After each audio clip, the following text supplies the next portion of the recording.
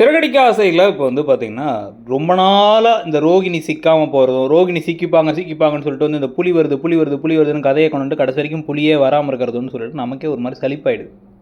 இதில் நம்ம வெந்த புண்ணில் வேலை பாய்ச்சறதுன்னு வாங்கலாம். அந்த மாதிரி ஒரு பக்கம் ரோகிணி சிக்கணும்னு சொல்லியிருக்காங்க, ரோகிணி சிக்கலை. ஆனால் இன்னொரு பக்கம் வந்து பார்த்திங்கன்னா நாளுக்கு நாள் மீனாவுக்கு ஏதாச்சும் அடிகள் கிடைக்கிறது, மீனாவுக்கு அவமானம் கிடைக்கிறது, மீனா வந்து காரி துப்புனாலும் தொடச்சிப்பேங்கிற மாதிரி திருப்பி விஜயா அவ்வளோ கேவலமாக என்ன விஷயம் நடந்தாலும், விஜயா மேலே தப்பு இருந்தாலும் சரி, யார் மேலே தப்பு இருந்தாலும் சரி, குடும்பத்தில் நல்லது நடந்தாலும் சரி, இவங்களை கிண்டல் பண்ண அப்பயும் வந்து அமைதியாக இருக்க, விடுங்கப்பா அவங்க அப்படி தானே பேசுவாங்க, இல்லை தெரியும்பா அப்படின்ட்டு கொஞ்சம் கூட தன்னோட மனைவிக்காக ஸ்ட்ராங்காக ஒரு முடிவு எடுக்காமல் என்ன நடந்தாலும் சரி எங்கள் அப்பாவுக்கான இந்த வீட்டில் தான் இருக்கணும்னு கேட்குற முத்து, இவ்வளோ பிரச்சனை நடந்தாலும் சரி ஐயோ அத்தை பாவம் சாப்பிட்டீங்களா அத்தை அப்படின்னு கேட்குற மக்கு மீனான்னு சொல்லிட்டு தான் கதை போயிட்டுருக்கு. ஸோ இப்போ இதில் ஒரு பெரிய திருப்பமாக வரதுக்கான வாய்ப்பு என்ன அப்படின்னா வந்து கனடாவில் வந்து அந்த ஜீவா வந்துட்டாங்க அப்படிங்கிற மாதிரி ஏற்கனவே முத்து சொல்லியிருந்தார்.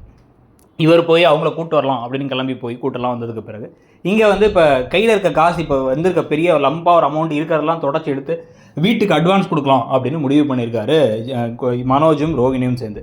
கடைசியில் பணத்தெல்லாம் ஏற்பாடு பண்ணி கொடுக்க இப்போ வந்த 10 லட்சம் அக்கௌண்ட்டில் இருக்க ஒரு 5-6 லட்சம் எல்லாத்தையும் சேர்த்து வச்சு 15-20 லட்சத்தை நகையை திருப்பி வச்சு எல்லாம் பண்ணி ஒரு 15-20 லட்சத்தை கொடுத்ததுக்கப்புறம் அந்த வீடு அந்த ஓனர்தே இல்லை, அது ஜீவாவோடது. ஜீவா ஏற்கனவே சொல்லிட்டு போயிருந்தாங்களா போலீஸ் ஸ்டேஷன் வந்து காசை பிடுங்கும் போது, நான் திருப்பி ஓன்றது எப்படி காசை பிடுங்குறேன் பாருன்ட்டு.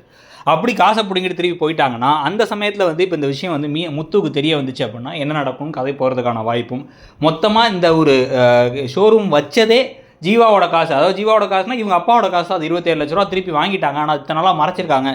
ரோகிணியோட அப்பா பணம் கொடுக்கலன்னு தெரிஞ்சால் நல்லாயிருக்கும். அது நடக்கும்னு நினைக்கிறீங்களாங்கிறத சொல்லுங்கள்.